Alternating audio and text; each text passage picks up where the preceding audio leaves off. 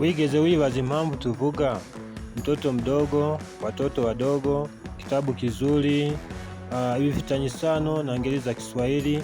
Uyu munsi tugiye kurebera hamwe ngeli ebyiri zikomeye, ngeli ya awa ndetse na ngeli ya kivi mu buryo bworoshye cyane, hamwe n'ingero. Guma kuri iyi video gushika ku mpera kandi wibuke gukora subscribe. Tutangire na maana ya ngeli. Ngeli ni iki? Kwa Kiswahili reka tutangire turebe. Ngeli ni makundi ya majina katika lugha ya Kiswahili.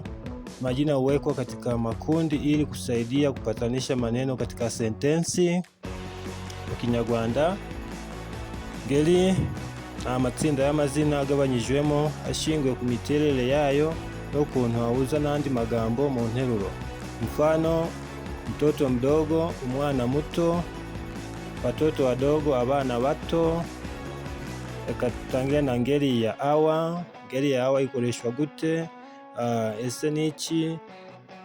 Ngeli ya awa, ubwo a igaragaza ubumwe, wa ikagaragaza ubwinshi. Reka tutangire hano turebe. Ngeli hii hutumika kwa majina ya watu na baadhi ya wanyama. Iyi ngeli ikoreshwa ku mazina y'abantu ndetse n'inyamaswa. Mifano ya majina, ingero y'amazina tugiye kurebera: umoja, wingi, ubumwe ndetse n'ubwinshi. Urugero hano dufite mtu, umuntu; watu, abantu; mtoto, umwana; watoto, abana; mwalimu, umwarimu; walimu, abarimu; mwanafunzi, umunyeshuri; wanafunzi, abanyeshuri. Mgeni, mushitsi; wageni, abashitsi. Mtoto mdogo analala; umwana muto aryamye; mwalimu anafundisha darasani; umwalimu arigisha mu ishuri. Mtu mzuri anakuja; umuntu mwiza araza; mwanafunzi anasoma kitabu; umunyeshuri arasoma igitabo. Wageni wanakuja nyumbani; abashitsi baraza mu rugo. Kumbuka katika ngeli hii a ni umoja, wa ni wingi. Ukuvuga wibuke kuri zino ngeli. Iyi ngeli ya awa nyine turi kureba hano, a igaragaza ubumwe, wa ikagaragaza ubwinshi.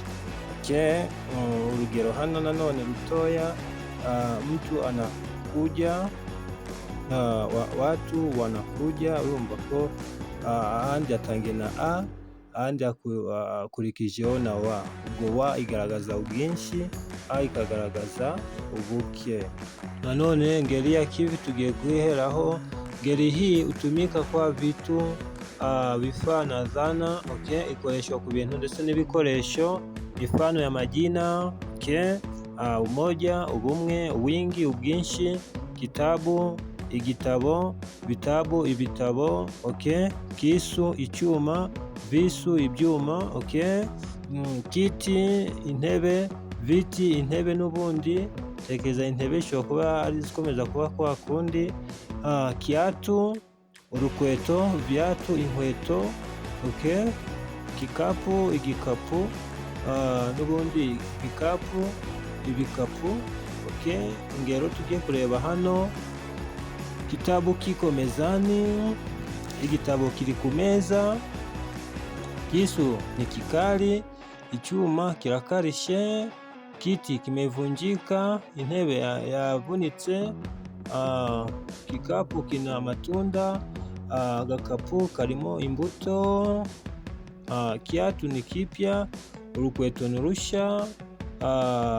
Kumbuka katika ngeli hii umoja ni ki, wingi ni vi.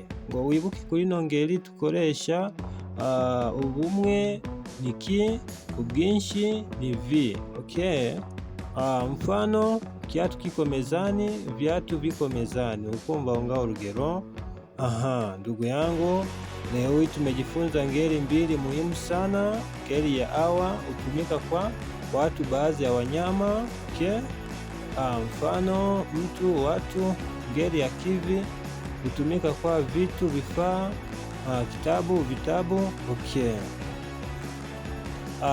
Kama umeelewa somo hili andika kwenye comment nimeelewa ngeli ya awa na ngeli ya kivi, kisha usisahau kusubscribe, share na like.